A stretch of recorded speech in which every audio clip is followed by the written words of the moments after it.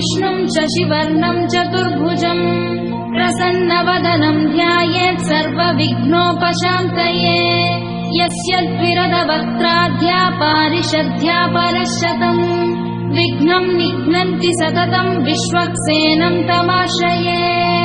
व्यासं वसिष्ठनप्तारं शक्ते पौत्रमकल्मषम् पराशरात्मजं वन्दे शुकतातं तपोनिधिम् व्यासाय विष्णुरूपाय व्यासरूपाय विष्णवे नमो वै ब्रह्मनिधये वासिष्ठाय नमो नमः अविकाराय शुद्धाय नित्याय परमात्मने सदैकरूपरूपाय विष्णवे सर्वजिष्णवे यस्य स्मरणमात्रे